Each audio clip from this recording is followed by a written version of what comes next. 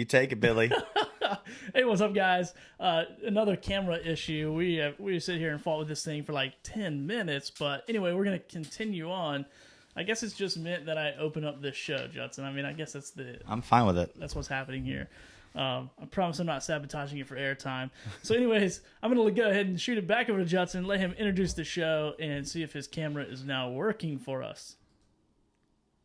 Go ahead, dude. Just go ahead. What's up, guys? It seems like every show, this camera wants to give us trouble right at the beginning, but we're going to get started. Like Billy said, that's Billy over there. Judson, we got an awesome guest today, Elias. We're stoked. I think this is show number 7, and it's going well. We're having a lot of fun doing it, and hope y'all are enjoying it. Like Billy always usually says, just go ahead and share this show on your Facebook, on your Instagram, and be sure to comment while we're live here.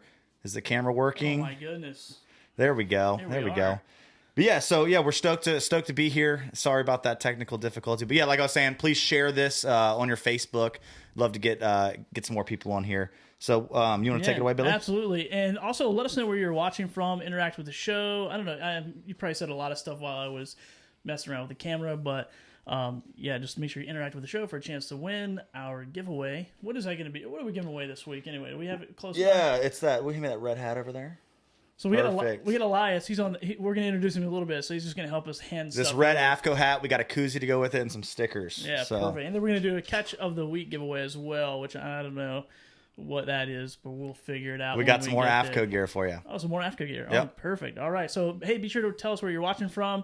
Always interested to know where that is coming from and where you guys are watching us from. And also check out our online store. We got hats and apparel on there, so be sure to go to etcurrent.com, check that out. Also, you'll be able to see our latest podcast, so you'll see episode 6 from last week, and then hopefully sometime tomorrow, episode 7, as I upload that and get it going. So yeah, go ahead, Judson. What is happening with our sponsors? Well, first, also talking about the podcast. We were talking about this before the show, but it would be just a huge help if y'all would go over and leave us a what's it called, a review on our iTunes channel for our podcast. That'll just help people be able to find it there and be able to share the love. But we're gonna jump into an honest review. An honest review. Yeah, if you hate it, that's fine. If you love it, that's fine.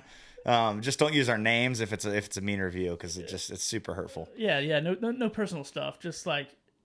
Yeah, for sure. So we want to thank our sponsors as usual. First off, we got Thorpe Creative, who does a bunch of printing and all kinds of online media stuff. And I just got some shirts for my business made by him. Can you show us some of those? Oh, yeah, right there you go. Eastern Angling. Looks super good, man. He did a couple cool designs for me. And Eastern Angling is my guide business. It has been Muddy Fly Guide Service for the past 6 or 7 years, and kind of trying to transition just from the fly fishing thing into doing just about everything. So that's Eastern Angling. We want to thank Cito. We got a tip of the week coming up for y'all from Cito.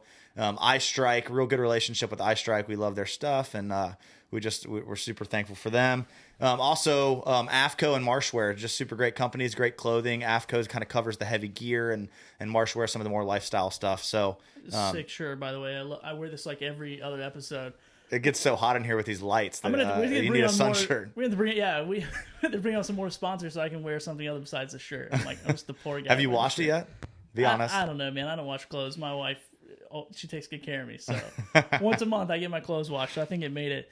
Nice. But dude, we don't want to forget about Hook, Line, and Paddle, man. They actually helped us promote this show this week. So we're going to be obviously talking about kayak fishing. So go over there and see Chris or Dan over at Hook, Line, and Paddle right off at Eastwood Road. Man, they are just phenomenal.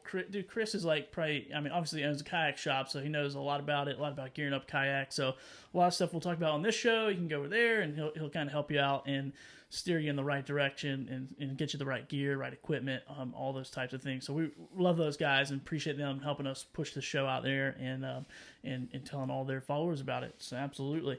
Well, I guess it's time for the Cito tip of the week. Yeah, I'm always excited to see what these are. Yeah, man, this one is pretty, I mean, once again, common sense. So let me see if I can pull it up here. Yep, keep an eye on the weather. It can change quickly.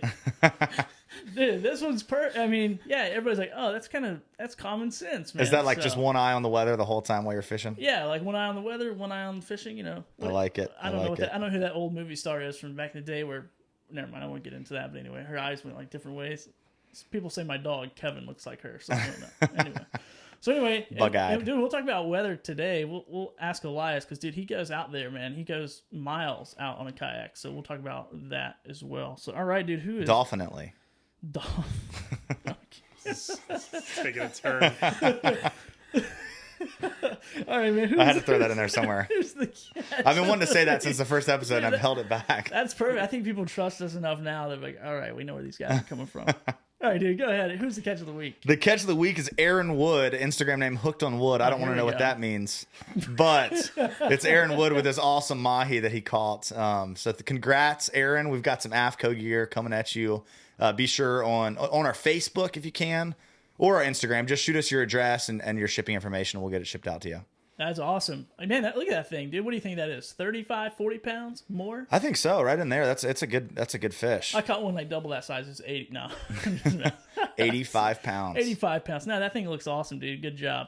All right, Judson. Well, man, we blasted through the first part of that episode. So, man, once again, episode 7, I think statistically, like, if we make it through this episode, we've like reached a milestone in the podcasting live show world. So, I think we're about to blow up. So cheers to you. There you go. Cheers. Here we go. Cheers. All right, awesome. Well, then I'm gonna let you introduce our guest. Awesome. And tell us a little bit more about Awesome. Yeah. So super excited to have our guest here today. It's Elias. How do you say your last name again? Vaisberg. Elias Vaisberg. You want to bring him up? I'm gonna bring There him he right. is. There he is, right on camera. So Elias and I just kind of connected through social media, I believe. But my wife and his girlfriend work together, and so I started making some dinky little YouTube videos. And Hannah was like, "Hey, this girl I work with, her boyfriend is a YouTuber and makes his living fishing." And I was like, "I'm super jealous. I got to meet this guy." So I reached out to Elias and we went and had like just kind of a crazy day on the water. We didn't do very well, but we had a fun time hanging out and getting to know each other. So next time we get out there, I think it's gonna be our time to break loose. We'll remember to bring rods and reels. Yeah, we'll remember to bring rods and reels. We were supposed to blow, and we were gonna go fish one area, and it was like the slickest day I've seen all summer. Right. And we took my little flat skiff like 5 miles out in the ocean and tried to flounder fish. And it didn't work out for you. I mean, we caught a ton of fish, but Yeah. No, we didn't.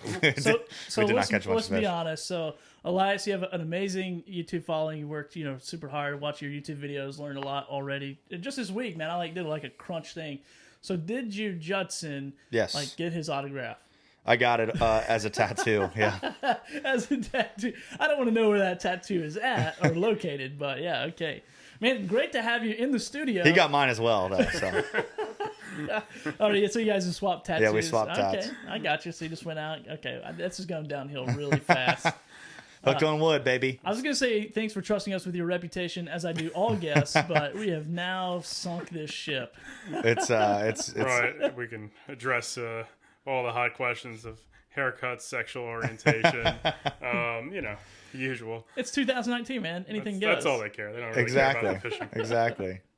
Awesome, man. Well, hey, appreciate you being on. I know that I'm excited because I love to kayak fish and get to go occasionally. As I was telling you earlier before the show, I have a 1-year-old, so my kayak fishing days have slowed down dramatically since then. But yeah, now my adventure is chasing a little 1-year-old guy as he climbs on the couch and tries to face dive off of it. So that's pretty adventurous as well. That's awesome. But anyway, man, let's go ahead and get into this. Yeah, for sure. So Elias, you also started like a tackle company as well, along with your YouTube channel. So you want to talk about that a little bit before we get started? You want to save that to the end? We jump into it. I mean, it's all a progression story. Yeah.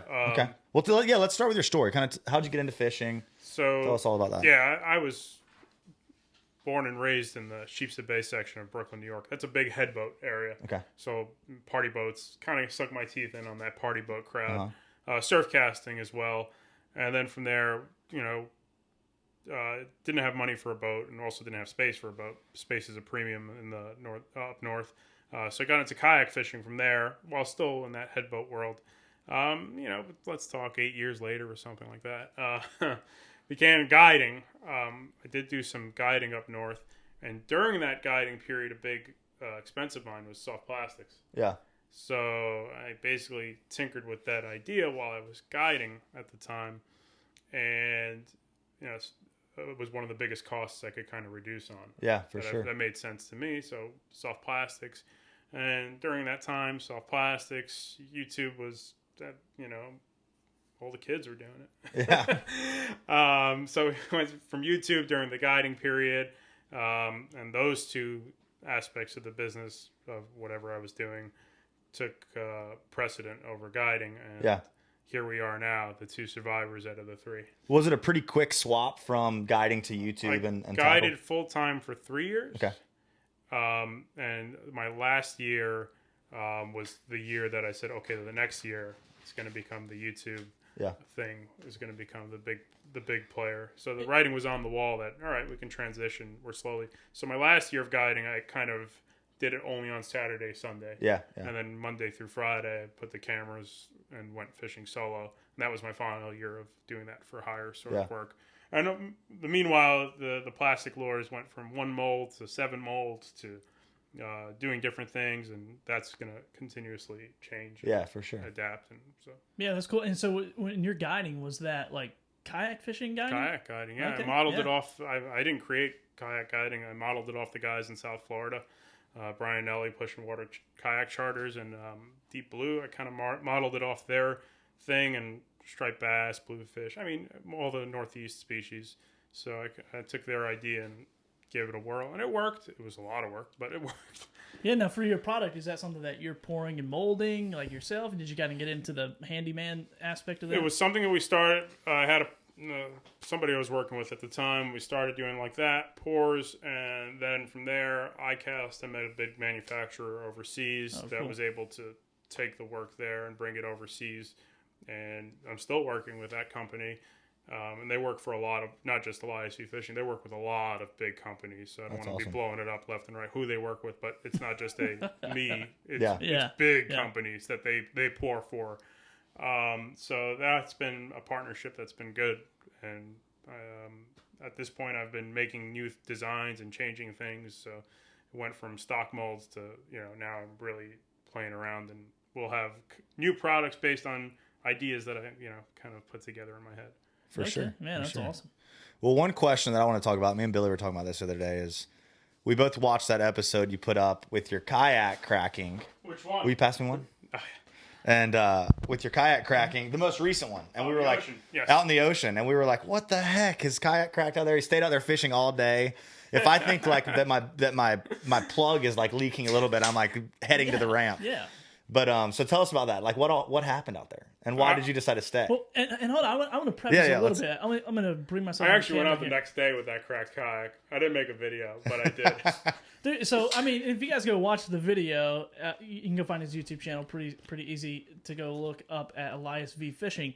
I mean, it's not like, oh, hey, I got a little bit of water. It's like, dude, you have a sponge, and you're like casting, like still fishing, like sponging out with the other hand. And I'm going, this guy is nuts. I can't wait to have him on the show. It's funny. It's like I take it seriously because I was out there, and I was like, I got out there, and it felt fishy. And I'm like, I should really make this video. Yeah. So I mean, if water, I was checking it constantly throughout the day. If a sudden condition of extra water started coming you were in, heading in. I would have. So it was a pretty small little crack and leak. Taking on a gallon an hour or two. Dude, it was a lot. That's crazy. For a plastic boat, it's concerning. Yeah, it's concerning. That's very concerning. And how far out were you at the time? I was a mile out. There's plenty of just sharks and shit. But anyway, I think the panic would hit if I was in the water, though. It would hit. Yeah, for sure. At least. Were you around other boats? There were two other boats, okay. So I did have that as my backup. But yeah, it still felt like the situation was under my control. Yeah. Dot. Yeah, that's the right it's one. One of those things, though, as a kayak angler, you always feel like you're in control until you're absolutely not. Yeah, until you're like, okay, you're in the water. I'm radioing for somebody. You're radioing, yeah. So that's, but that's a reminder: never get sloppy, man, with your safety stuff. That was like another. I had a bilge pump with me, and I had that little. What I like about that sponge, it's one-handed operation, so I can fish. Yeah. That's awesome. Yeah. The pump. Got to keep the rod in your hand, keep fishing. It's 2 hands. Dude, he's like jigging with one hand, like putting sponge in out with the other, and I'm like, what is this guy doing? Like, and he's even saying, like, kind of nervously, like, oh man, I'm getting water out, like I don't know what the situation is here, and I mean, you mentioned it several times, but still fishing. I'm like, dude, that's awesome. That is awesome. I think it's I've been in that situation before, so it did calm me down. Didn't freak you out too much. Sinking boat. Yeah. That's incredible. Well, a few more YouTube questions. So what is your most successful YouTube video? And that could be like views and everything, or it could be like, all right, this is my favorite YouTube video that I've ever done. Let's talk about your favorite YouTube video. So it's funny. The videos that I make that I think are the best, in my opinion, do the worst on views. Really? Because it's my perspective of what I think is angling interesting from an angling standpoint. So, like, recent examples, I did a brown trout video, which was, like... incredible. I watched that. Have you seen that one, Billy? I saw the cover picture. It was my gosh. I mean, I've never done that before in my life, and it was a combination of just, fishing in different environments from North Carolina, saltwater, and it's piecing together lots of different techniques and things I've learned. And even, like, stuff I did up north, and here, too, but stuff I've did up north, like...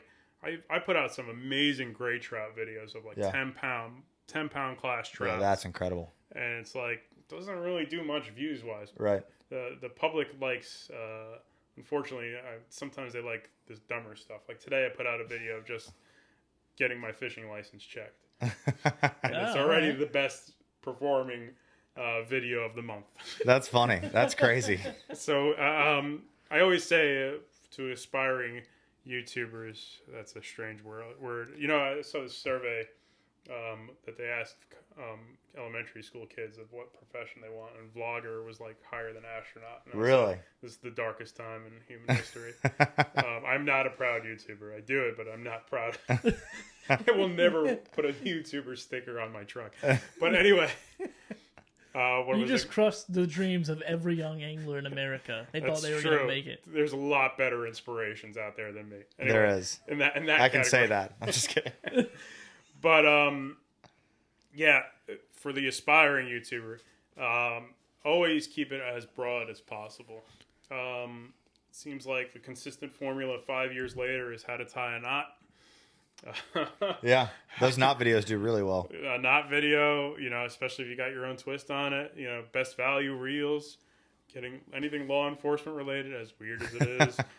That kind of stuff seems to always draw Nobody likes the cops. And in like really specific niche things, you lose people sometimes. Yeah, you really do. Even though I find it the most enjoyable from an angling standpoint, and there's plenty of things. Like, there's days that no video is made. There's a lot of days no video is made. And sometimes I do have that flexibility to fish just for myself. And it happens. Maybe once every 2 weeks, if I'm way ahead on videos, I could say, fuck the camera. Oops, I'm allowed to. We try not to, but it's okay. F the camera. My Screw the camera. Yeah. I say, I don't want the camera. I'm just going to go fish for myself. And I'm able to do that here and there. For sure. And that's like the days... that it feels, fresh and really... For sure. There's no pressure on me. I like it. Sure. I like that. My next question was, what is your no camera, most epic day of fishing that you have? Like, it could be 10 years ago, 15 years ago. It could have been 2 days ago. Your favorite day on the water that you've had? I think my most important night was a tournament night. Yeah. That was probably the best night of striped bass fishing I ever had. It wasn't under too much my success. It was a buddy of mine. I was fishing a tournament in Massachusetts. Kayak tournament? Yeah, it was a kayak fishing tournament. I landed 4 stripers over 46 inches and 1 over 50. Golly. I know. That was a night during a thunderstorm, and after I landed the 50-incher, there was bolts of lightning flying over my head, and on that beach there was a sushi bar, and I literally beached the kayak soaking wet after slimed up by... 40-pound class plus stripers, and just walked into the sushi bar and bought like a Diet Coke and just sat on the beach with lightning. That's incredible. At midnight. That is awesome. So yeah, that was and that fish won a tournament, that 51-incher. Awesome. That was back up north. Where were you there? That was in Massachusetts. In Massachusetts. Okay, cool. So now we're kind of I always do this like once a show. I start stumbling over my words. Here we go. You got something, Billy? You want to take this next little section? No. I was gonna say I'm just gonna keep moving down these questions. Yeah, for sure. They're good. So, a lot of people in a lot of our audience that's listening, that's on the show, that's watching the show. A lot of sorry, man. Every time I try to switch and do everything, I'm an amateur hour here. I've just been doing this for 7 times, so It's not big. We're doing it live, so I think everyone understands. We're good. No, they're good, man. They don't care. It's the listeners afterward that it's painful because they got to hear this. You know what I'm saying? So let's talk about the advantages because I'm sure you're used to fishing on a boat. I'm sure you're used to fishing in a kayak. It sounds like you're just a fishy dude. So you've probably fished all kinds of different avenues from the bank, from the shore, from the like wherever. So what is the advantage of kayak fishing that you have found or that you've enjoyed the most? I just find the practicality of it, especially as I get into my 30s. It's the best traveling fishing platform, if you ask me. That you can kind of drive anywhere and go anywhere in this country. If you travel a lot for work, and man, that's like if I ever took another job, well, maybe in my 40s or 50s, I won't be able to physically do it as aggressively as I'm doing now. Man, if I was on a road kind of job, that would be so much fun. Yeah, it would. To hit lots of different states on your days off. If you were, traveling salesman, whatever you were doing that was a traveling profession, that to me is the most appealing part of kayak fishing. That practicality of popping any body of water, boom, you go, no trailer, nothing. Yeah. See something along the road, just go hit it. Wonder what's in here. Yeah, that's pretty cool to me. I always say it's like the dedicated surf caster and the dedicated kayak angler. You can always stack apples, or you always say, "Oh, look how many more fish you could catch from a boat." But there's also a certain level of dedication. Absolutely, if I wanted to catch as many fish as I can, I'd get on a boat.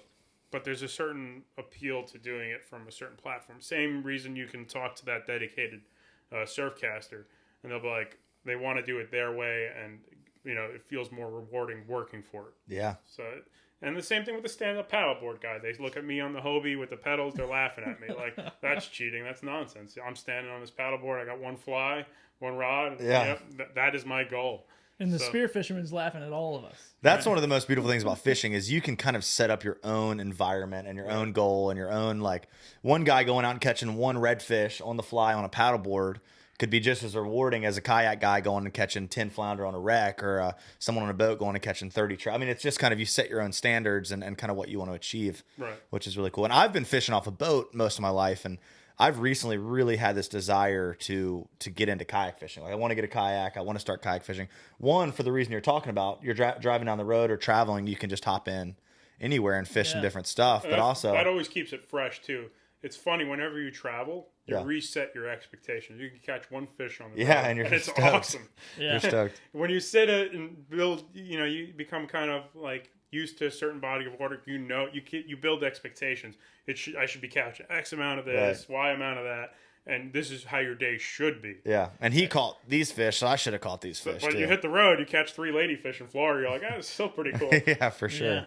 Yeah, that's pretty awesome. It makes you fish a spot, more diligently too. Unlike a boat, you fish for 5 minutes, like screw this, and you run 12 miles somewhere else and start fishing. But well, I think Elias does that. I think, isn't that right? Like, I think I watched a video where he's just like, I don't fish one place too long, and you just like take off and go fish somewhere else. You move quite a bit. I do end up moving a lot, but it's also I have a limited range. So I'd say a kayak's average range. Sure, you can go more. I'd say 3 miles is more or less you're going to be pushing the envelope. I think the average guy is going 1 to 2, maybe 3 if you got good weather.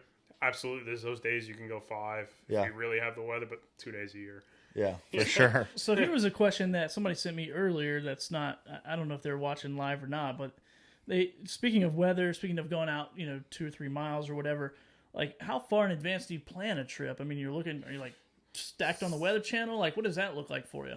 So that's a tough one, man. I think it's been a little, I've had that learning curve of learning the weather patterns here. I was very comfortable with a lot of the patterns that I typically run into up north. First, I usually take 3 weather models. They're not the best. They're not the worst. I use Wind Finder, Wind Alert, and the Fish Weather, and sometimes the Weather.com hourly. If there's a consensus of all those forecasts, typically lining up, usually I've got a good shot at it. But if you get you load up, a bunch of different models and you see something way off, you got to be prepared in your head. Like, all right, maybe I can make it out.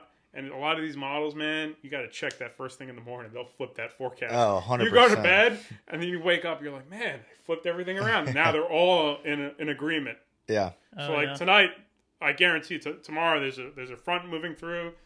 You're going to have some models with heavy north winds for the morning, and then you're going to have some models with mild north winds, and you're going to have to wake up and be like, oh, here's my strategy for the day. So sometimes you pack, for the night to do some long treks, but, you get kicked in the teeth when the alarm goes off and you walk out the door. That's not happening. So it's one of those things, look at a lot of models, and typically if there's a consensus, it gives me every time it's usually in the morning that decision's made. There's been a lot of times we stand on that beach and look at that surf, and I'm like, nah, it's not worth it. That's been plenty. And you just go home and get some coffee or fish inshore or something like that. I like it. So we're going to kind of jump into some kayak. Well, I think we had one other question here. I'll look it up while you're answering this next one. Let's jump into some kayak questions here. And we're talking about how you've kind of got limited room on a kayak. So what are some of the things that you always make sure you have on the boat? And then what are some of the things that you kind of vary back and forth between your trips? Kayak fishing is kind of like being Batman. You have to, you have your utility belt. Yeah. You've got a couple, you could bring X amount of things. And the smaller and the faster the boat, the less you can bring. Yeah. The bigger and slower, the more you can bring. North Carolina was a rude awakening in the aspect that I couldn't plan a lot of the species I'd end up bumping into. Whereas, like, a lot of times I was taken by surprise by patterns that I wasn't used to from where I came from. Running into albies in the middle of summer, I was like, I never in a million years thought I'd run into albies in July, and it happens here, and I have nothing for them. Sure. Now, this is the second year it's happened, so I'm like, okay, I remember I ran into albies last year this time of year. So certain things like that.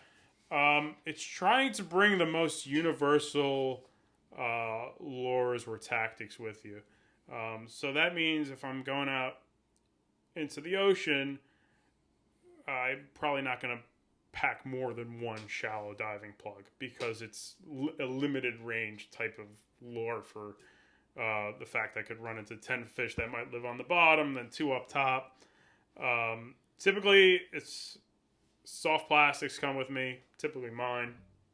Then some live bait rigs, and if one flounder season's kicking and going, some gulp. I mean, that would be it. Soft plastics, different flavors, different sizes, a couple metal lures maybe, live bait rigs, and that's it. Awesome. I try to I don't bring 1,000 plugs with me in general. I always try to dial back my hatches in my boat like once every other week, and then if you went and looked at them right now, you wouldn't be able to find anything because everything is just piled on top of it in there. I'm very bad about dialing it back. I'm good at dialing it back, but it very quickly gets loaded down again. So the next question was like a pedal drive versus a paddle kayak. Like, are you always going to have a pedal drive kayak, or do you kind of like both, or how does that work? It's the user, not the platform. The user, not the platform. You keep shaking your finger. I just put you on the main camera. I like that. The user, not the platform. There you go. Perfect. That was a better effect. You can. Best fishermen can catch them off a floating wooden log if they need it. I like it. For me, actually, that would suck. There's gonna be a lot of people on logs tomorrow morning. Thanks. Pedal drive logs. You can buy them here. Handmade. Hand constructed. I like the pedal drive kayaks. It's also what I really, developed my angling skills. And I've been on a lot of different kayaks, and I've been on a lot of different pedal drive kayaks. It's funny how I gravitate towards the one I really sunk my teeth in on, though. Yeah. And I still, all these years later, I've been on the Hobie Outback since 2011. So it's 2019 now, and I'm still on that same boat. And I've used other boats and liked them and have even owned other boats for other purposes. But that still ends up being what I gravitate back to at the end of the day. But that being said, there's plenty of amazing anglers on paddle kayaks. Amazing. And a lot of guys who really kicked that sport off started on paddle kayaks. It's like the ocean kayak guys, the wilderness guys.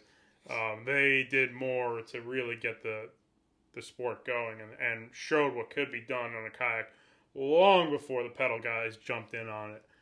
So, credits due where credits due. Between this region of the country, the Chesapeake Bay guys, there was a couple guys up north doing it. Yeah. So, the pedal kayak, I do think the pedal kayak is the most advantageous for the type of fishing I do, which is a lot of its jigging related stuff. But as a speed platform, I think a paddle kayak is definitely probably the more superior speed platform. Really? And I also think as an ocean fishing platform, the paddle kayaks, you can still make a pretty good argument that a paddle kayak can be better as the ocean fishing platform. I could still see that argument being pretty good. I think in the jigging, like the flounder or sheepshead and tautog, where I came from, redfish, a lot of striper applications, you can really say why the pedal kayak might be the kind of holding yourself in an area a little better. Yeah, just the multitasking aspect, especially in current when we're fishing rips, stuff like that. So, in a practical fishing sense, when you're fishing in heavy current too, the pedal kayak system is it'll outweigh the paddle kayak, especially if you're fishing in an area of 2-knot current where the current's pumping good, and you really got to maximize your efficiency of that rod in your hand. The minute you stop, you have to drop the jig down to hit bottom, whether it be redfish or striper, for example. And if you didn't time everything perfectly, you missed your strike zone opportunity. Yeah. I remember talking to you about that just on the boat and how important it was, and setting up when we were fishing my boat and drifting over on those nearshore wrecks, which is something that I have so much desire to learn how to do, but I'm not very good at it just because I don't spend much time doing it. And so it was real cool to see and talk to Elias about like how he reads his GPS. I think we're going to jump more into that. One question I had that's kind of dealing with that is, when you're inshore, like sheepshead fishing, are you anchoring? Are you kind of still using that pedal drive and holding yourself in an area? I try to, minimize my momentum. Yeah. That's a good thing about pedal drive systems too, is I don't think I ever drop anchor. There's been a handful of times I dropped an anchor on that kayak over the years, but I could probably count them on one hand how many times I've anchored up. If you got current that's pretty mild, you can absolutely use these pedal drive systems to work it. And just like a trolling motor, you can fish spots really quick. You can, drop your bait down or jig down, and boom, no need to set up anchor, etc. So it has that advantage too. I like it. Yeah. Well, you guys, if y'all have any questions, I know we've had some and we're going to jump into them, but just shoot them over on Facebook and we'll kind of answer those questions as they come in. Yeah, so I'll do a little bit of Facebook. Let's see it. Facebook comments here. There's a couple trolls on there I want to address. I always love those guys. Of course, I knew it. No, I think they're super fans. I'm going to get to one of them here in just a second. People are saying, hey, looking forward to it. Watching from Greensboro. Thank you for watching. Durham, North Carolina. Wilmington, obviously. So that's awesome. I got a couple of offshore questions for you, too. We'll go back up to, but do you know anyone named Susan Winnicky? No. She's like a super fan. She said, don't let that dude ask another question. He has never seen Elias V videos. That's awesome. Well, Susan, here's your 15 minutes of fame, because this is our show, baby. That's why we have him on here. Susan, thanks for joining. And if you have better questions, please leave them in the comments, because that's what we like to do is have people on here. So I just wanted to shout out to her. Zach Kirby says, killing the game with that Mastodon shirt right there. So Zach Kirby's a big fan. Also a friend of yours and kayak fisherman as well. So let's go back up here and ask one question here. Says, Elias, wondering what conditions you look for before going offshore, new to this area and wanting to go offshore soon. Kind of talked about that a little bit, I guess, as far as like weather conditions, but you better be prepared to roll your kayak a lot. Surf. My best advice is don't roll on the sandbar. Oh gosh. Roll on the shore break. The sandbar sucks. The thing here that's tough too, that's worth talking about, is beach replenishment and surf launching. These beaches change a lot. Yeah. So it's like, I was like, there's a nice trough there, and then 3 weeks later it's gone. It's gone. Oh yeah. And like the beaches, last year we had the Hurricane Florence, so it set up the beaches from after Hurricane Florence. I'd say October, November, December, the beaches kind of stayed the same after the sand all got pushed into there. And right now, post beach replenishment, which was like April, something like that. Yeah. So they did the beach replenishment, super flat, right? Then out of nowhere, these sandbars formed. And on the sandbar, it's 2 feet of water. Other side of the sandbar, it's 8 feet of water towards the shore. It's 8 feet of water. And one day we were coming back in, and the sandbar was curling, the sandbar. And I knew on the other side of the sandbar, it's 8 feet of water. It's like, well, we could just swim it in, as usual, if that's really, or just, it's only a couple feet. And as soon as I pull up to the sandbar, There's an 8-foot freaking, I don't know. Huge swell. No, shark. Oh, shark. I'm like, man, that's a terrible feeling. Just like, where we're like, well, we could swim it in, I guess. You know, there's always that option. And then it's like middle of summer, 8-foot shark. Man, if I fell in after seeing that thing, I was just like... Be freaking out. It's just this mental thing of seeing the shark and then being in the water. It's like... Anyway, we're all on the beach, not the sandbar. But always practice, man. Kayak fishing in the ocean's an expensive game. Every time you leash stuff down, the leash can break. You never know. So you're strapping everything down. This is like a newbie question for me. So I put all my rods in my front hatch. Okay. If I have that feeling like today's going to be the day. So you can get them fit all the way into your kayak. Scoot in. It takes some practice to scoot up into the front of your kayak to do that. At least the Hobies, all the Hobies I've owned can do that. And that's both the Hobie Revolution and the Hobie Outback. You can get into the front hatch, put the rods in, put all my reels in a dry bag. A fish finder, I've learned that sometimes when I roll in the surf and I take it off, the sand gets in the connectors. That's even worse than rolling with the fish finder. Because then I found that rolling with the fish finder, some can handle a little bit of saltwater submersion. Yeah. But if you get sand in those connectors, it's done. Between the dielectric grease and the sand, it's over. Yeah. That's what I've kind of learned. That's good information right there. Because I would definitely be rolling my kayak in the surf. Right, and I've taken enough dunkings between of leaving the fish finder on and taking it off. Yeah. Always get out of the way of the kayak. I always, yeah. These kayaks are heavy. These fishing kayaks are 80 pounds. You get in between that thing will break a bone. If you let it, and I can't even imagine a head impact. Generally, when I get out of the kayak, I get out and get behind it. Yeah. Unless the waves are small enough, I can grab the bow. But if I feel like there's any sort of thing, it's like get out, let the wave push it onto the shore. I always get out, and as soon as I can get out and walk out, usually waist deep, something like that. Yeah. I'm out of that. Out of the kayak. Yeah. Do you ever look at it and you're like, all right, everything's strapped down good. These waves look pretty surfable. I'm going to try to catch one and ride it out. So usually, the days I'm more cautious are the less likely I'm going to roll. That's the days I prepare to roll. Yeah. And then the days you get overconfident because your confidence starts building throughout the season. Maybe you roll 5 times a year tops or something like that. And it's that calm day where something just stupid happens. Like you're hopping out of the kayak. I mean, I've had every dumb thing catch me on my kayak. We have like a handle on our hatches. And it's like a little shaped like a letter T. Yeah. And it folds up and down. I closed the hatch, but I left the handle facing up. So when I went to hop in out of the kayak, caught my pants and flipped the kayak. Had that. You name it. Everything has flipped the kayak at one point. I think I've experienced every potential way to flip a kayak in the surf zone at this point. Usually these fishing kayaks are not good at surfing in. You get turned sideways. They're too heavy. You can't do anything. So it's Wants to roll it. If I feel like I mistimed it, even like at that point of like, okay, I'm doomed, I'm out of it. Yeah. That's usually unless I'm on that sandbar with the shark. Then you're trying to stay in there as best as you can. Oh man, it seems like there's lots of sandbars with sharks around here now. Yeah. But all right, so do you got any more Facebook questions you want to jump into, Billy? No, I don't think so, man. But here's a guy named Sam. He says, "Tsunami Sam here, Elias, great, kind heart, great fisherman."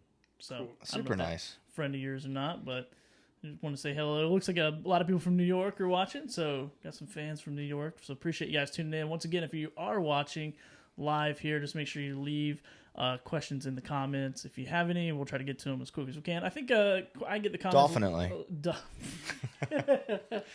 All right, dude. Let's get definitely. Well, let's definitely get into more fishing questions. Yeah, let's get into some fishing questions here. So Elias is, I've already learned just kind of a legend in the jigging aspect of fishing, and I just fished with him for a few hours and learned a lot from you, but I kind of wanted I put a whole section in here in our little run sheet just to talk about jigging with you, because it feels like, I like jigging. Yeah, it seems like that's what you really like to do, and you're really good at it. So let's see here. How does vertical jigging translate like species to species? Like you were talking about when you went up and fished in New York. Pretty good question. Yeah. That is. I'd say there's probably very few fish you can't catch vertically jigging. Yeah. So when it comes to like targeting different types of fish, the easiest way to kind of figure out their habits is the shape of their tail. You know, the fork-tail guys are more likely to be mid-water column, fast-moving, or high up in the water column, fast-moving fish. Broomtails tend to be more bottom-oriented. Mm-hmm. So that means that doesn't mean your broomtails aren't going to be on the top. And what I mean by broomtails is species that don't have that flat fork tail. So we'll talk about it. Speckled trout, weak fish. Yeah. Redfish. I consider striper to be a bottom fish, even though the obsession is to catch them up top. Yeah. I'd say you learn how to catch them on the bottom first. You're knocked out more of the harder part of catching them. Your everyday fishing. Yeah. And a lot of the striper fishing I've done was mostly lower third of the water column. Yeah. Your flounders, broomtail stuff, and then you get your more forktails, your bluefishes, your freshwater trouts, lake trout, brown trout, salmons. So that kind of determines their typical habits of speed. Are they likely to hit mid-water column on retrieves, and different cadences of how you're going to work them. A lot of it comes down to there's a lot of universal lures out there. You can use probably a metal jig or a soft plastic lure to fish anywhere in the water column. Yeah. A lot of these times, especially here with the big, I call it high biodiversity, low biomass fishing here. You go out here, there's anything you can catch, but it's not reliable. Right. That's what it feels like some days. I come out here, I've got no idea what I'm going to catch, and it's like, oh, that was great, I caught that fish, and then I never catch that fish again. And a lot of it comes to the techniques of, working the proper structures with proper jig sizes. It's like you can write books on this sort of stuff. If you're new to fishing and just learning getting really down into the jig world, first thing to do is go out, spend $100 on jig heads. I know I'm talking like crazy stuff, but buy jig heads ranging from a quarter ounce all the way up to an ounce and a half. Yeah.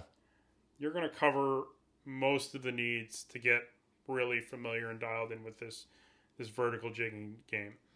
And all these jig head sizes will help you adapt based on different depths and currents.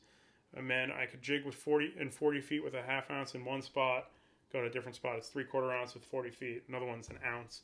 And a lot of it is spending time and learning it. But over here, I already know in less than a season generally what jig head size I need to get out there, and off the bat will be the one that I'm going to jig with.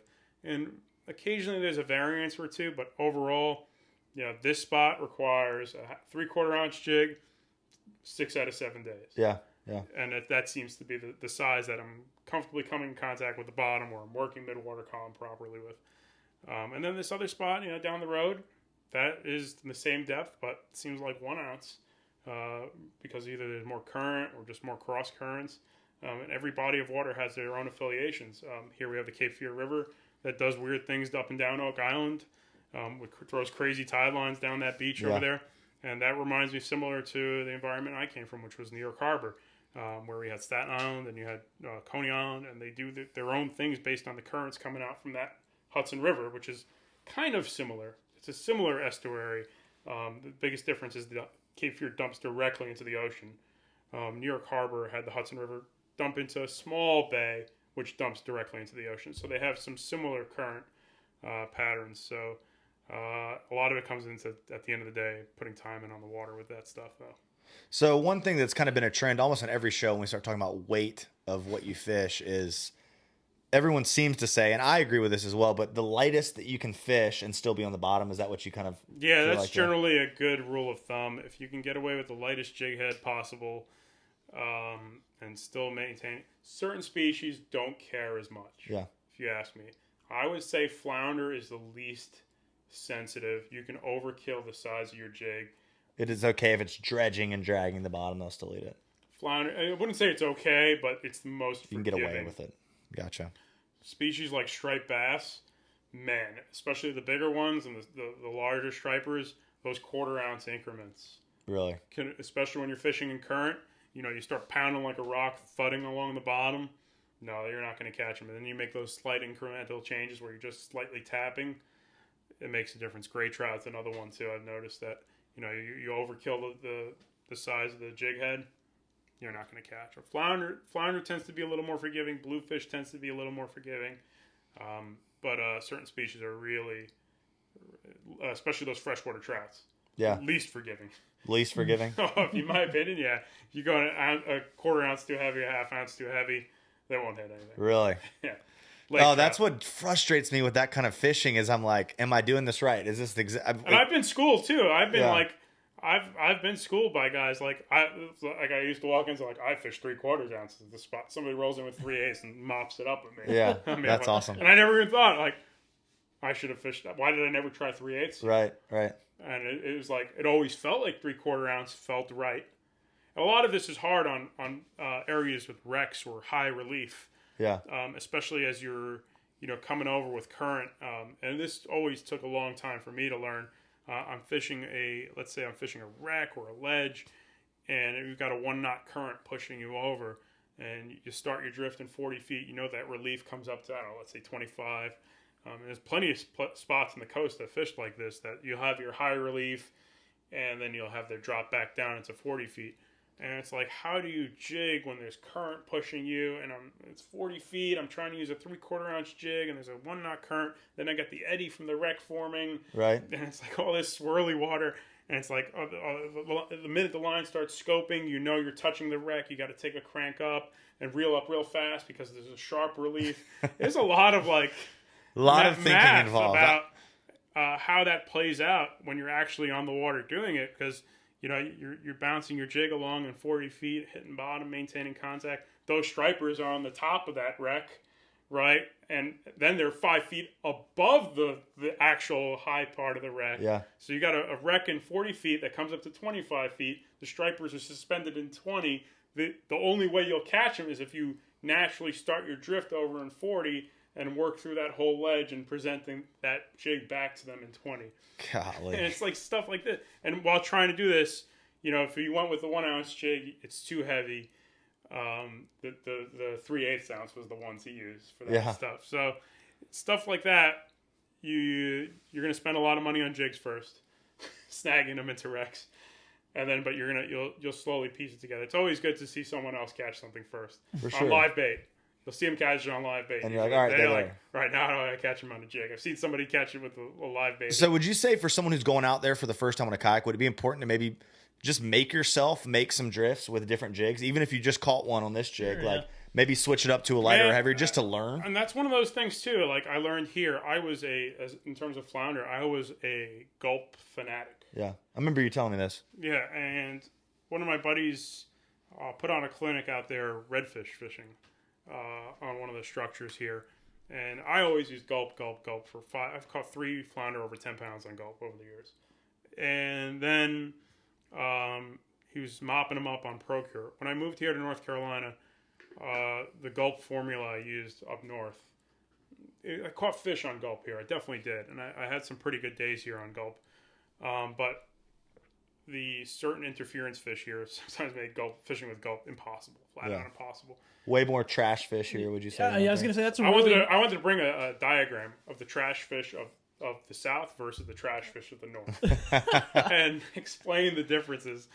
Okay. I like it. Because we had sea robins and porgy. Porgy is basically pinfish. Okay. I would say that. Sea robin is if oyster toadfish and lizardfish combine their strengths. Sounds like a very annoying fish. Sea robins are really annoying fish because they got huge mouths. Yeah. They live on sand, and they'll be on structure sometimes. And they'll hit big profiles too. Really? Yeah. So, but how big are the sea robins you're talking about there? They'll get up to really 17 inches, 18 That's crazy. Inches. Jeez. But I've caught them here, but never that big. The thing with sea robins is too, they don't have teeth, so they don't tear up the stuff like toads and lizards do. They're not as deadly to your lures. Lizards and toads are way more deadly. Way more deadly. Yeah. For sure. I just like that word interference. That was probably the sweetest thing I've ever heard toward trash fish. What's that? When you said the interference fish. I like that. I got to use that one.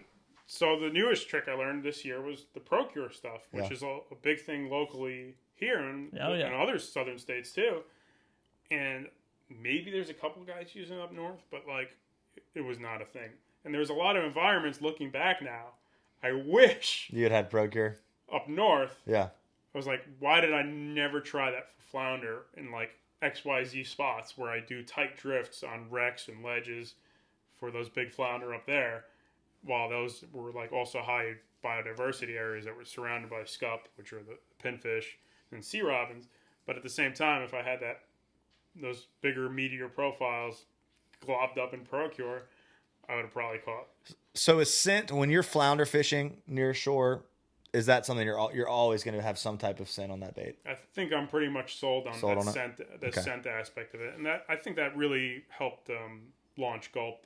Yeah, you know, was the big deal for Gulp. I remember when Gulp kind of came out, and then we're talking 2010-ish. I mean, at least took off. It might have been out, before that. And we had just two choices back then. We had the swimming mullet and we had the shrimp.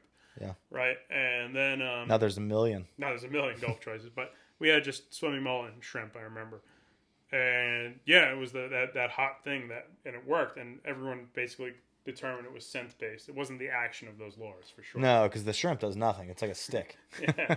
But it was the scent of those lures. So I'm 100% convinced scent is what does it. And you can catch flounder without scent, for sure. They'll hit non-scented lures all the time. But, I'm sure they have a combination of hunting strategies just like a lot of these other fish do. Yeah, certainly. Well, here's a question. We're going to kind of jump into this. Roger Jones said, when you're fishing inshore for sheeps, meaning sheep's head, not actual sheep, and you're not fishing docks, what other structure are you looking for?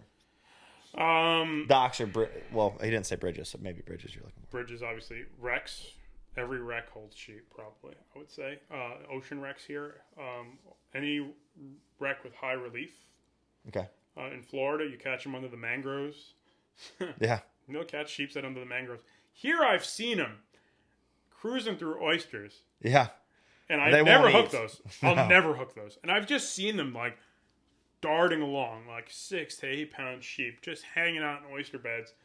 And they're so spooky when you crawl up on them. So spooky. So, but that gives you an idea of their natural environments. So I always say the easiest sheepshead to catch is the one where you can't scare him. Right, in deeper water. So in deeper water. So a lot of these oyster drop-offs might have like 15 feet of water. I could think of like 5 I've stumbled upon over here that it's like oysters. Yeah. And it's 15 feet instantly. That's a good spot to look.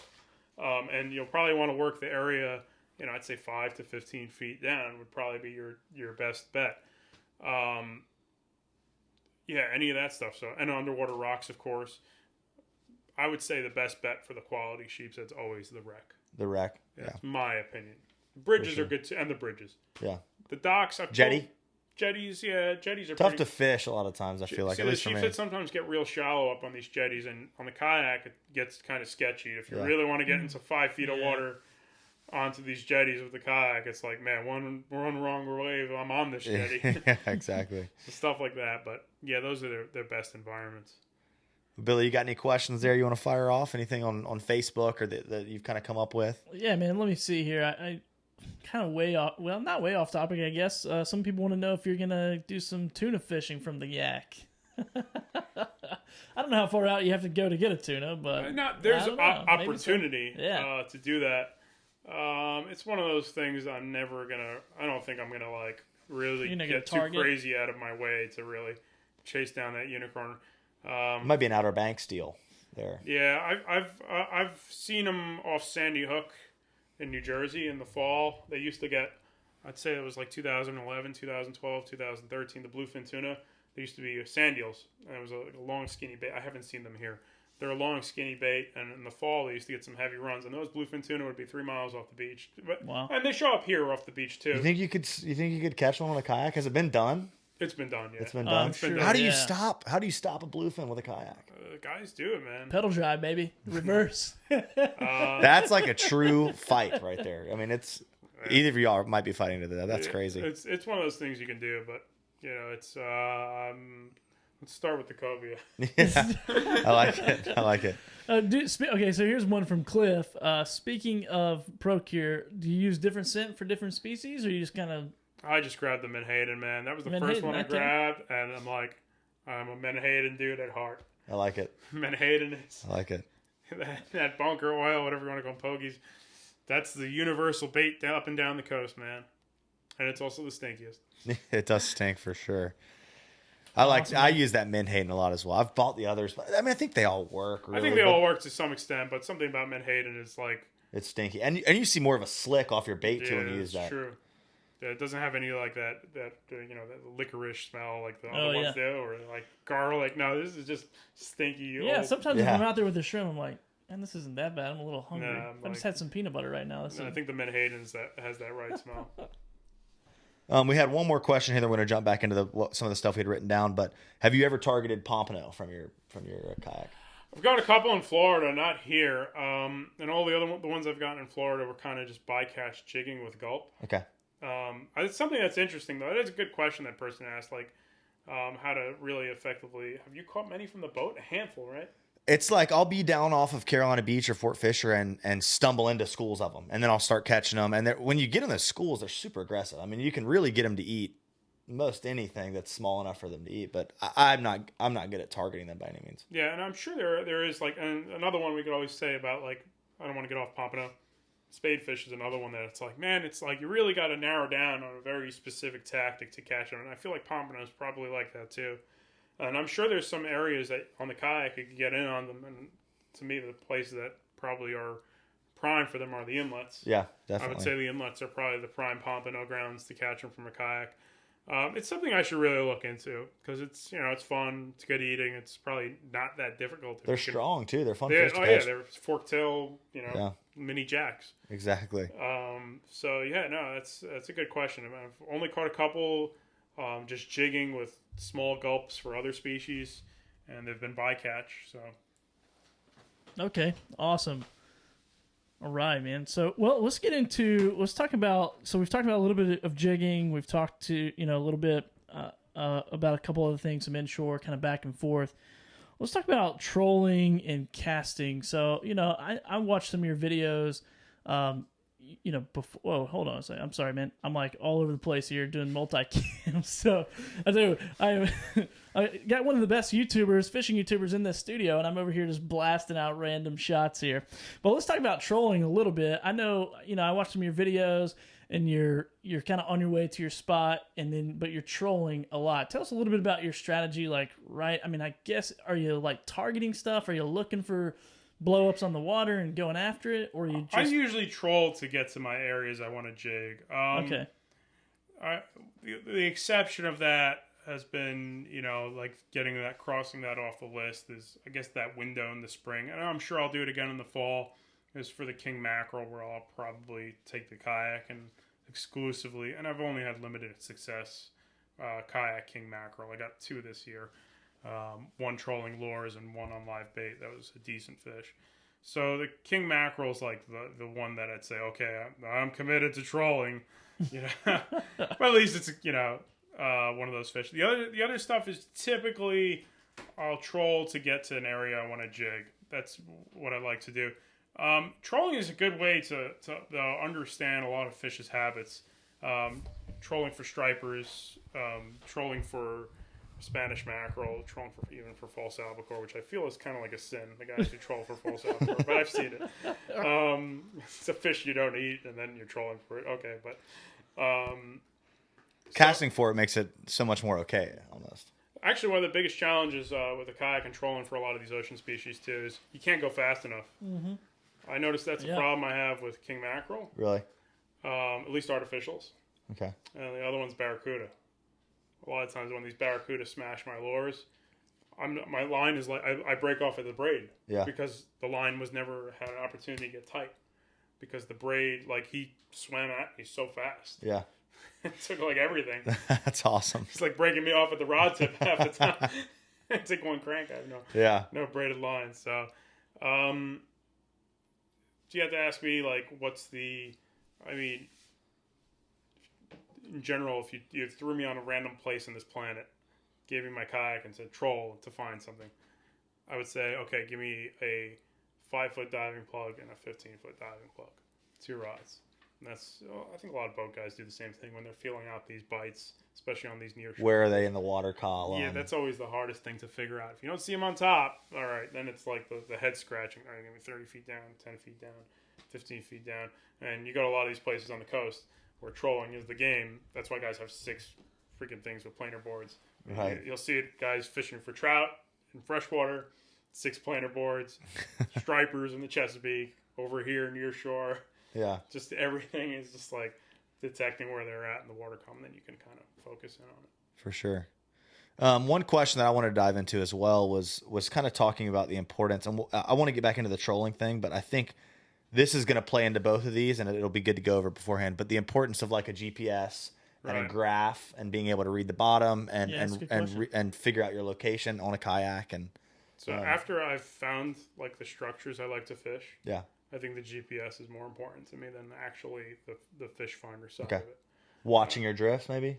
Yeah, watching my drift and seeing where I haven't fished. Okay. Seeing where the lines. I mean, you look at a lot of my videos. If you look at my fish finder, it's just black from my every corner I've fished and dropped jigs on. And there's been times where I've had so much sand on my transducer and it's stuck on the transducer. I don't even have a working fish finder for the day. But thankfully, these are areas I've been to that I just have my GPS. Yeah. Number 2, I'm like, all right, all I got to do is hit number 2. And, I have a lot of my structures, I have the starting point, the ending point of the structure. So I have both of the starting and the ending point. And I'll literally make a perimeter of that structure in waypoints. Really? So I have literally, if it's a wreck, you'll see on my fish finder GPS, I've literally almost outlined the entire perimeter. I like that. With waypoints. So I don't have to guess, is there still some structure here? I've almost made it looks like Battleship. Yeah. Yeah. That's cool. I like that though. So yeah, if you don't have to even worry about it. You're like, all right, if I'm in this zone, I know I'm drifting the structure that I want to. So that's, to me, GPS. That's why I don't mess with side scan that much. My screen is kind of too small. And you need a big screen for that. Yeah, and side scan's fun and useful, but to throw side scan and play with that to sacrifice the GPS, to me, side scan, it's hard to read when I have my GPS with my side scan. You need 2 units. Yeah. Yeah. That's why I always just gravitate towards going with the GPS and the regular, because I'm more concerned about where I am. Yeah. In relation to the drift. Is it an area I haven't fished yet on this, particular structure? Have I not jigged here yet, or do I have to get back? Sometimes, I'm catching fish in an area this big, probably like the size of this couch is that's where the fish are, not on the couch. They're not on the floor. Yeah, I like it. And that that the GPS to me, and I zoom when I'm really you can get I get nauseous some days looking at my little thing doing the circles around the structure because just staring at that jigging. And you don't even need a fancy fish finder, man. I finally got a fancy fish finder a year ago because they stopped making non-fancy fish finders. I had very basic units for a very long time and really liked fishing with basic units because basic units were typically tougher in saltwater environments. Yeah. So I was fishing on black and white units for 5 years. And everyone's like, oh, I got the latest and greatest. And man, those black and white units, they used to have such good GPSs. They were so responsive. They didn't do that circle where you're going to puke if you stare at the screen for too long.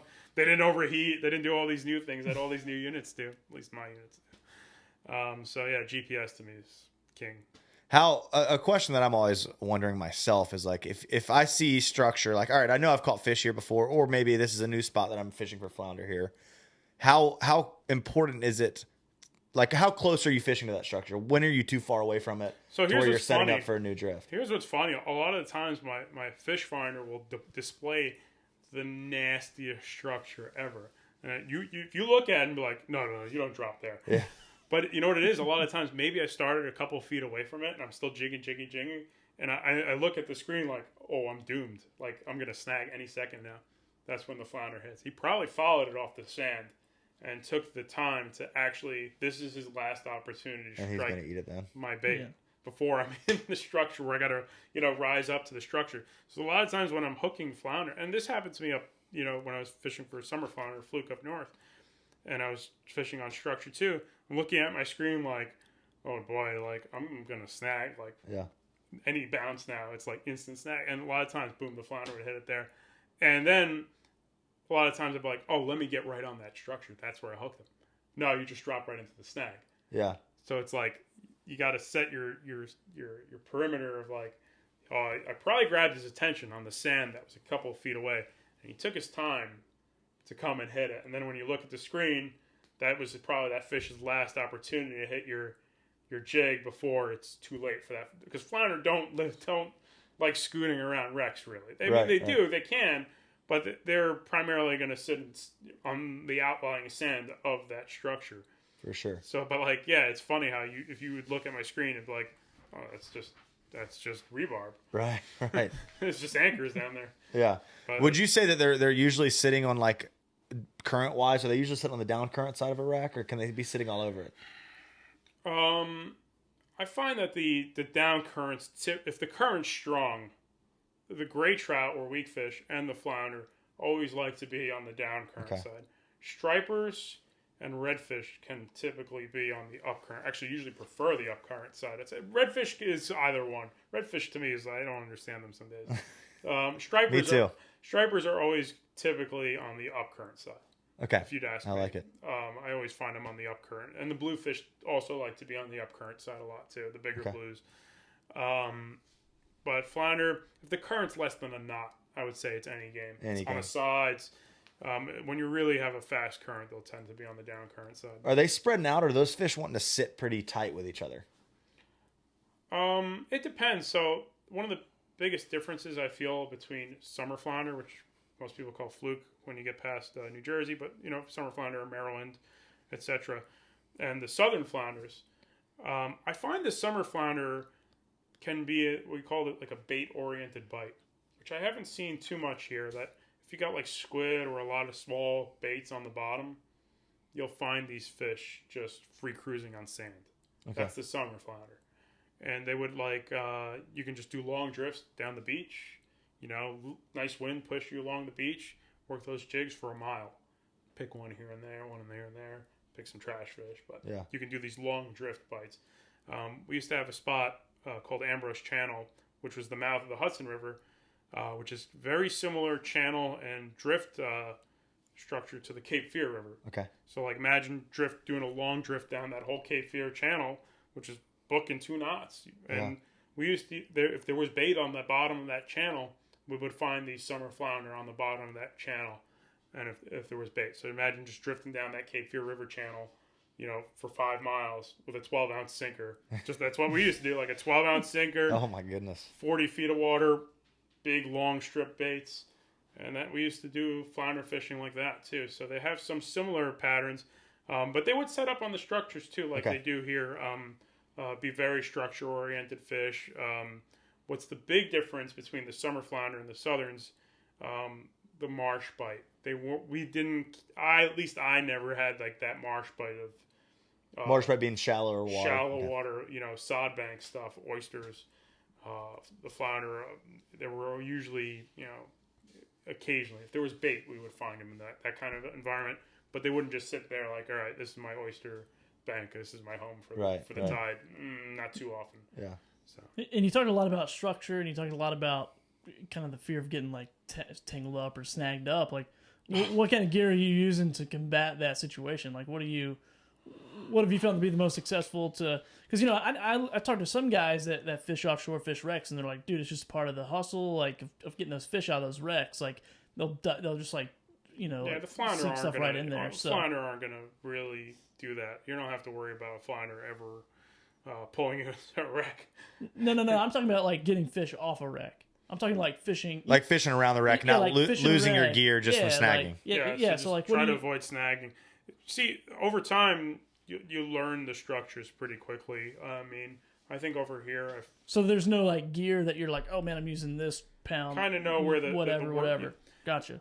You'll snag. You're supposed to snag, right? When I learned the structures around here, man, I was burning through tackle left and right. I think I fished 3 artificial reefs here pretty regularly on the kayak, and I think I know by like the back of my hand every single structure now. Where the sticky part is, where I'm not going to get snagged. So cool. I think every single structure here within of those 3 artificial reefs, I'm more or less confident where I'm not going to get snagged, or like, oh, this is the spot, like this is the brutal spot where it's always snagged. So that a lot of that goes into time of sacrificing jigs into your. Have you ever tried to fish? Like, would you say maybe fish a hook that maybe you could bend out on the wrecks, or I guess you're playing with fire with that stuff because you do this jigging and then you hook like that cobia or the I played with fire. I hooked the cobia jigging flounder this spring on the kayak, and I was only using 20-pound test, and I was like, oh, it's fine for flounder. Then I hooked the cobia, and he got me on the way up, and he brushed me on the surface. Where you hook the red, hook that high 30-inch, low 40-inch red while you're flounder jigging, and you got this little weak hook. It's like, so it's like that compromise. It's more expensive. Yeah, it sucks losing, but then it's like you start cutting corners, and then like the day comes, it's like, man, I wish I had a real hook on that. Yeah, for sure. So it's just part of the game. You're gonna lose. Yeah, it's part of it. It's so frustrating. Either way, you're playing with fire. You want to save money. I get that too, man. I feel buy some molds and pour your own jig heads. I guess. Then the hook. But then it sucks. I would honestly, that'd be more money probably. I was gonna fish with a rope. It's okay. I like it. I like it a lot. All right, so the last question I wanted to get into, I always say I like it so much. I don't know, that's my go-to phrase. That's good, man. Everybody's got their phrase. That's good. I like it. I like it.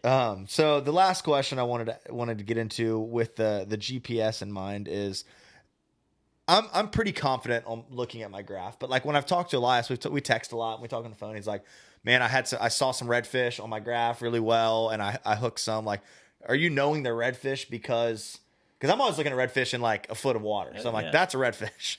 Looking at my graph, I'm like, what the heck is that? Is it bait? How is it just time on the water? I'm sure, but like, what can people look at to know? All right, I'm looking at redfish here, looking at flounder. Reds and black drum look the same on the screen usually, unless reds are. I've always seen reds on the bottom. Yeah, like, and some of it's because I've seen the same structure so many times. So I'm like, oh, I know what that structure looks like on my screen. And then I see something extra on that. I'm like, that's got to be red. Right. And it usually is. Well, how do you tell it's not bait or redfish? Like it definitely, there's a certain like orientation that the reds will give off on your screen. And sometimes they won't feed. Sometimes they will. Sometimes they'll respond to bait. Like stripers to me mark really easy on that. You get the good arcs? Yeah. Gray trout to me are super, unless they're really tight to structure. But other than that, gray trout or weak fish, super easy to see on a graph. Speckled trout, super easy to see on a graph. Even flounder, sometimes you'll see them coming up and when they're like following, or toads, oyster toads too will show up. You'll start to see like that when you're really watching closely and jigging, life comes out off the sand out of nowhere. And then you get that hit and like, man, that was actually probably the flounder doing that flounder thing where he's like doing he's floundering around. They probably picked it up, and that's one of those. A lot of times reds though, man, it's weird. Some days you mark a couple of them. Some days you're beating on them in deep water, and you don't see a sign of them on the fish finder. I've had that happen. That's why redfish, I always scratch my head. Like stripers, it's always the same. It's like I see them mid-water column, or I see them off the bottom. They're suspending. They're doing that thing. They're pretty easy to always see on the screen. And they're holding more so than a red probably would too. I feel like reds are closer to bluefish than they are. They're cruising a lot more. In terms of their feeding habits, like that's one of the mistakes I'm always making in shallow water here. Is I approach redfish sometimes too similarly like I approach striped bass. That like I'll have mild success some creek mouth one day, catch 1 or 2 fish. And then for like the rest of the year, I'm like stopping at that creek mouth and not catching anything. And I'm like, I'm spending too much time. Right. Because I built that into my head that stripers are so much more creatures of habit than redfish can be sometimes.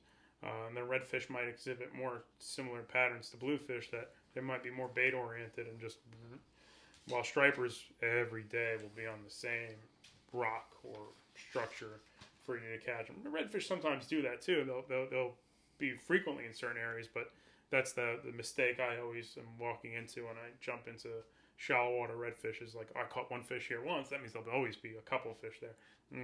Right. It's that's definitely one of the curses. And they are creatures of habit in ways, but definitely like in that deeper water, for sure. They'll be there one day and they can be gone the next day. Yeah. It's that's the definitely thing with stripers. Like you find a wreck that holds stripers or a rip. there's a good chance. It doesn't matter where on the coast it is. If it's a spot that striper is considered home, Chesapeake Bay, Delaware Bay, Hudson River, that is the spot that always produces striper. That's awesome. That's a very nice thing to have in your pocket when I can go catch a fish right here. You got any questions, Billy?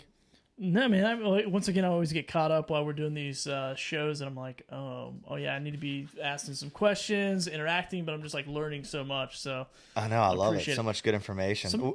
Tackling gear, we can kind of jump into that. Yeah, let's jump into it real quick. I mean, we're coming up on an hour and 15 minutes here, so we'll spend about 15 more minutes or so, and just talk about a little bit about gear, a little bit about your kayak, rods, reels, braided line, mono, like kind of can do some comparisons or whatever. Yeah. So yeah, man, go ahead, Judson. I'm looking through these questions. It seems like a lot of these have been answered, but let's scroll through them too. Let's look at one of the things I wanted to talk about, especially because I really like your baits, but your favorite baits for jigging, like near shore, offshore. You want to kind of dive into why you've designed these and. That's my 5.5-inch shad, and it's been something I've used for stripers primarily, where I came from and designed for stripers. Over here, it's kind of my, I'm use it the same way. It's like I catch a lot of redfish, overslot reds on these when I'm jigging near shore, and a lot of these big flounder. Yeah. Around here on big profiles. These are pretty useless. That's pretty dumb for me to say. I'm talking about my own product. You will have limited success, real shallow water with this type of profile. But a lot of the deeper water jigging, and all these, the bigger profiles. It's probably what I start with most trips. Okay. 90% of the time is, let's say I'm running out there to fish magical ocean land. 1 rod and reel is ready to go. Jigging structure, 3/4 ounce jig probably, anywhere up to 50 feet. I'm usually using 3/4 ounce jig unless I got a lot of current. And one of my shads. Another rod probably has a metal for a Spanish mackerel. Okay. Or any other, fork tail. And then maybe the last rod is a live bait setup. And usually the setup that I have, that's going to be for Spanish mackerel. If I don't see any of that stuff up top, cut it off and make it a second jigging setup. Okay. And that's kind of usually how I roll out there in general. Right now I've got like 5-6 reels that I'm frequently using. I've got 2 Shimano Stratics, both 3,000 size. I think that's for anything inshore here. Mostly anything. Sorry. Where I came from up north, that'll catch any fish probably unless you're in really heavy current and stripers. Over here, same deal. Almost any fish you can take down here unless you're in heavy current with structure. Mm-hmm. At least on a kayak. A kayak, we have that advantage. You hook something that you're kind of overmatched with, you got a better shot because they're pulling you around with them too. That's a lot of extra weight of pulling. They're not fighting the reel as just the reel. That's why you notice sometimes it seems like I always look at boats in the distance if they're hooking big reds. It seems like those fish take a lot more drag on the guys with the boats than they do with me. Okay. Because I always end up fighting them straight up and down as opposed to out there. Right. Because they pull me to them. Yeah. You're just staying on top of them. Yeah, and so you end up fighting them vertically a lot more, especially that type of fish, striper, redfish. You fight them vertically as opposed to just fighting you out there. Yeah. So I've got 2 Shimano Stratics, 15-pound test on both of those. I've got a Daiwa BG right now, 3,000, 20-pound test on there. I've got the 2 old Daiwa Saltus pre-level 1 years. I used to use those on the head boats even. That's how old they are. 30-pound braid on those, and maybe I got like 1 or 2 other spinners that are. Okay. I got a Spin Fisher and a Slammer. Nice. Spin Fisher 2500 also has 20-pound braid, and I have a Penn Slammer 4500 with 30-pound braid. So that kind of covers. I don't think I've ever brought any spinning reel over 4500 with me on the kayak. Okay. In general. Yeah, people. I think people get nervous and they go overkill. I see it on the big reds too. Rods and reels and those big reds. A lot of times people go way heavier than you really need to. You can beat those fish on pretty light tackle. You do, but it's also, it depends on the situation. If you're in structure, you want to be a little... Like, I always get schooled on the Barracudas because they do that thing where they pull me to them. Yeah. Or I'm trying to run them down because there's so much line. And then they take the fight vertical and they break me off every time. As soon as they take the fight vertical on me, I lose them. I could fight them high up, those kudas, and a lot of these fish, fighting them high up on the water column is ideal, but when they start pulling the kayak up to them, we're like... and they start taking the fight vertical, that's when they get me. And I've, if I ever hook AJs on the kayak in Florida somewhere, I know that's exactly how it's going to go down. The minute I'm fighting them vertical, it's over. Yeah, it's one thing that I've learned is the way that fish orient and fight based upon the way you're applying pressure to their face. And I learned this through a buddy tarpon fishing, and it's hard to do in deep water to try to keep a fish from going deeper. But if you can pull from below them, a lot of times they're going to want to rise up because the pressure is below them. So a lot of times these guys will hook tarpon and they'll say, all right, keep your rod super low and it'll keep that fish up near the surface.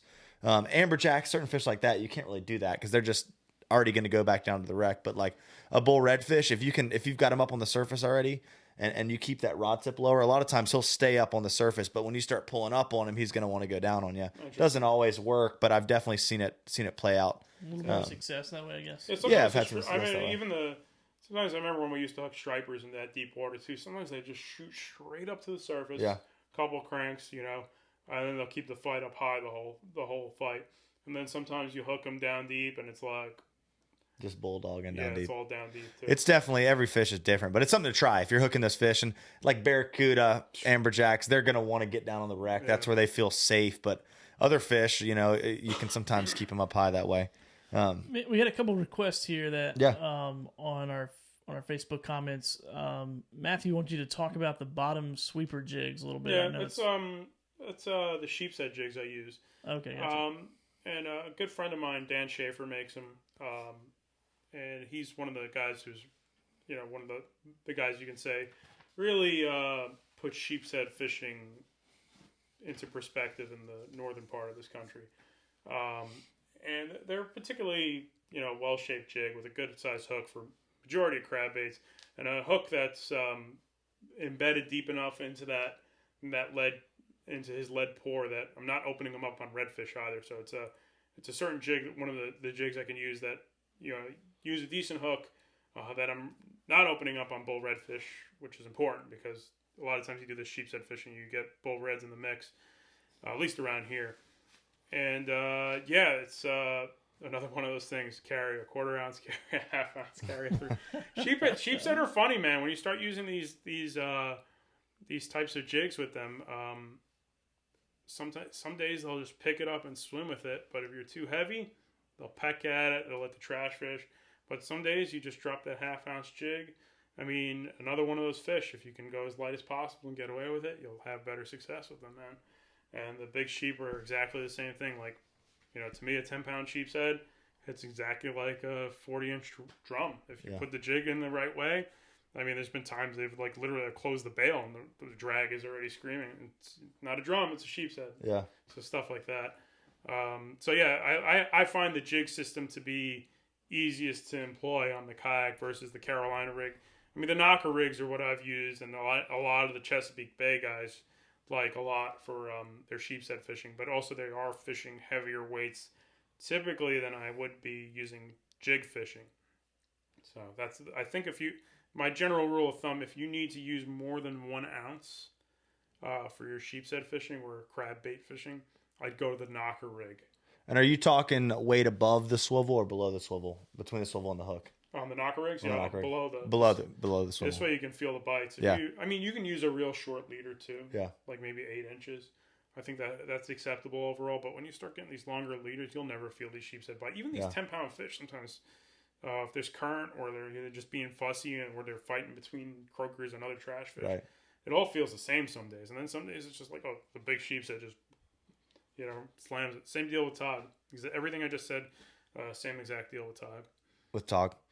It's funny sometimes the sheep's head too. You'll just see, especially fishing shallower water, you'll just your line just starts moving to the side. You don't even feel a bite. If you're using too heavy of a jig, they'll drop it. But if you're using the right size weight, they'll do that. They'll pick it up and swim with it, and then it's time to stick them.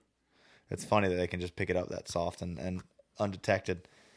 Yeah, that's awesome. And then Andrew says, I need one of those shads in orange. I think the 5-inch that you were showing earlier. You have that on orange. I did make some prototypes. So I'm making some new stuff. So the first thing we're doing that should be different is hopefully this is going to continue to go forward. I don't want to say with who, but working with somebody, a very large company, will be hopefully putting out some thermoplastic materials of molds like this. My molds, but very similar. So thermoplastic, explain that real quick. So people know. Like they call it TPE or TPR materials, stretchy stuff. The stretchy stuff. Yeah. So hopefully that ball can get rolling. It's been something that's requested. Unfortunately, I'm a one-man show, and between filming and sending out orders and wholesaling and just everything you can imagine under the sun, I'm pretty much tied up. But with a little bit of help, hopefully we can explore working on some of those baits with that material, because it's an interesting material to the thermoplastics for, especially when you're talking about stuff with bluefish. I know this stuff gets expensive. I'm not an idiot. Right. Well, you like the stuff that gets bit in half. Because someone's going to come order, press buy again. I always like the traditional PVC plastics, how they move in the water column in deep water. They don't twist under pressure. Then they have a certain swing and they have a certain sink rate. And also on top of it, the way they sit on the bottom. The PVCs tend to, not the PVCs, the thermoplastics, that's why like stuff like Ned rigs and stuff like that are so awesome. Especially, you don't want your plastic sitting on the bottom from the largemouth. You want it to suspend. So they all have their strengths and weaknesses, just like anything else. Strengths and weaknesses. Screen went black just now. Oh yeah, just it's still recording, so just keep going. Not sure what's happening. We're good though. We're good. Anything else we got?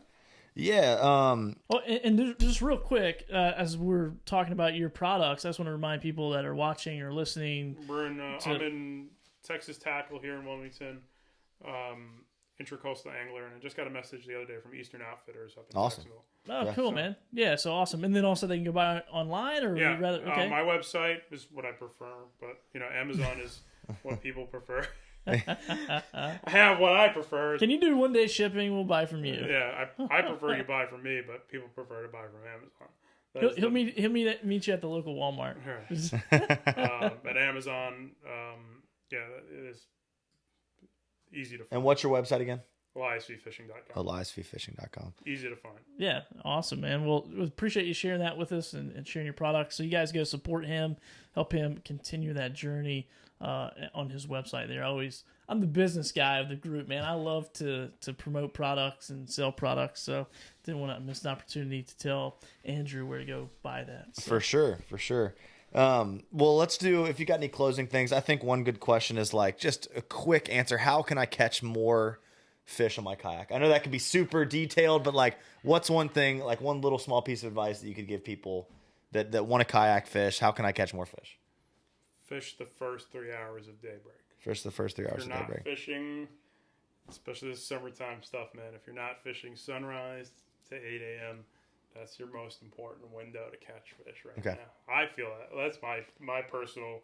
If I slept in that extra hour, I always will run late. It throws me off my game so much. And it happens to everybody. The alarm didn't go off. Something happened in the morning. And those days where the weather was perfect and you felt like you had your plan together and something screwed you up late. Man, I'm always, like, tomorrow, for example, we have some pretty good weather. I mean, maybe some pretty good weather. Yeah, we'll see. we got weather that I need to get up early for. Yeah. That's basically what I'm doing it. And knowing that it's summertime, I got to get on that water early, and hopefully, we'll catch fish by 8 a.m. and that'll probably be the peak of the day. Or at least I'm getting into the dialed-in part. To get started 7 a.m., man, that's tough. Yeah, it could be tough. I like it. That's really good information. I see that across the board. You catch fish all day, but that morning bite when the water's this hot is definitely pretty key. You want to be the first one catching that fish when that bite just turns on, not the middle or the end. Yeah. Yep. You know what I'm saying? Yeah. Yeah, it's like going to work, man. It's better like starting. No one wants to go to work at 3:00 in the afternoon. Exactly. It's a mental game. Maybe not even fish. The fish it is. Don't care. It's just even when I've got a guide trip in the afternoon, I've got to set some up tide wise for that if we're sight fishing or something like that. But I wake up and I'm like, God, I really wish I was just already on the water fishing. It's hard to get amped later on in the day. Yeah. And it's tough for you guys to be like to push people that aren't necessarily. I remember that when I was guiding, I might had my sense of urgency, knowing that. Oh boy, it's like there's this 1 hour window where this is going to matter. Yeah. And the rest of it might be a wash. But we can get them right then. Especially striper fishing in that time of year where we transitioned from spring to summer with the water getting hot, etc. And when I used to guide, it was like, man, 5:30 to 6:30 is where this counts, and it's like the guy's like, stretching, not really into it right. yet. And I'm like, man, that was it. Yeah, that was it. Awesome, man. Well, dude, yeah. Any closing thoughts? Like, just, I mean, for people who are kayaking. Thanks for inviting me, guys. They're trying something different. The Eastern Current. It's cool. You never know what the next big thing is. So they're doing something different here. It's funny. I'm learning so much everywhere I'm fishing, and I really love fishing coastal anywhere.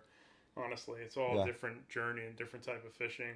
It's funny what things transition all up and down the coast anywhere you go to fish, and what things aren't universally useful. It's always fun to see what techniques you can apply anywhere you go in the world versus what's localized. Definitely. It seems like more things than not you can transfer across the board. And I mean, you could learn something from feeding bread to a carp that you could apply somewhere else. I mean, there's really, I always tell clients that there's people that just get on the boat and like, I just want to fly fish. If we can't fly fish, screw it. I don't want to go fishing. I'm like, you can learn so much as an angler by just trying different techniques and that's kind of what fires me up, is just learning, like you're saying. So yeah, and if you can't do that, start a podcast like this. I'm learning. You guys think I'm here because I'm good at fishing? No, I'm here because I suck at fishing. He's our number one fan. I'm the number one fan. I was just the guy that was smart enough to do the soundboard. And Billy is like crushing it every time we get in here. We're like, what's going on? We got something wrong, and Billy figures it out right before the show. Oh my gosh! Man, but that's part of the fun of this. But we just want to thank Elias for coming out and coming on the show, and it was a blast. We're gonna have Jot Owens of Jot It Down Charters on the show next week, and we're gonna talk about late season cobia and bull redfish, old drum. That's what we call them a lot of times here in North Carolina. I like calling them bull redfish. It's a little more maybe a little jetty fishing as well, I think. Right? A little what? That's a little jetty fishing in there. Yeah, as well. Focusing on the jetty and some of that nearshore stuff. But I like to call it the Jotty because he's got that place dialed. The Jotty. But awesome. We're excited to have Jot on the show, and we were super stoked to have Elias. We'd love to have him back on the show here in the future. And if you haven't, go subscribe to his YouTube channel. It's EliasVFishing. And check out his videos. There's some super cool stuff. You can see him almost die sinking his kayak out there. And I got the alert for your, like you were saying, that new new one. I got that while we were sitting here too. About getting your license checked. So I'm excited to see that one. But you want to close it out, Billy? Man. Well, awesome. Well, appreciate it. Thank you for being on the show. It was amazing. It's awesome. Learned a lot. So sorry if I wasn't super interactive. I was just like zoned in again, like taking notes in my mind. So I think we're gonna go ahead and give away the catch of the week. Yeah, that's right. We right. already gave catch of the week. So we already gave catch of the week. So we're gonna randomly select someone in the comments to give away something else in that box over there. You got it up there? It's not showing all the comments for me as it usually doesn't. Oh, perfect. Yeah, no, I got it. Here we go. This is the best way to do it. Here we go. Close one eye. Perfect. John C. Young Jr. Awesome. He says, great job tonight. Thanks for the live show. John, thanks for watching. And if you just send us a message, send us your address. I think we got a hat or something like that from AFCO that we'll send over to you. We do. Appreciate everyone watching the show. Judson, once again, man, episode 7, we've made it this far. We just keep progressing every week and trying to get better at the show and what we're doing, and also trying to bring on some, just amazing guests, as Elias has drop some knowledge of kayak fishing. Some serious knowledge. I always want these, if it was up to me, these shows would go for like 5 hours because I'd keep diving into these rabbit holes. Yeah, man. I mean, there's so much to talk about. Like, I think we covered like all kinds of species tonight and different strategies. And so, in a few, I don't know exactly when, but we're actually going to be doing another kayak show with hook, line, and paddle, talking about rigging up your kayak for fishing. So, for all you kayak fishermen out there, keep up with us. But yeah, next week we'll be back at 8 p.m. on Tuesday. One thing you can do, guys, is just share this video, blast out there all your fishing buddies, friends, Facebook pages, all that kind of stuff that really helps us out. Check out our podcast, review it, rate it, and don't forget to get some Eastern Current gear at etcurrent.com. Appreciate you guys watching. Until next week, have a great night. Have a great week. Peace. See you.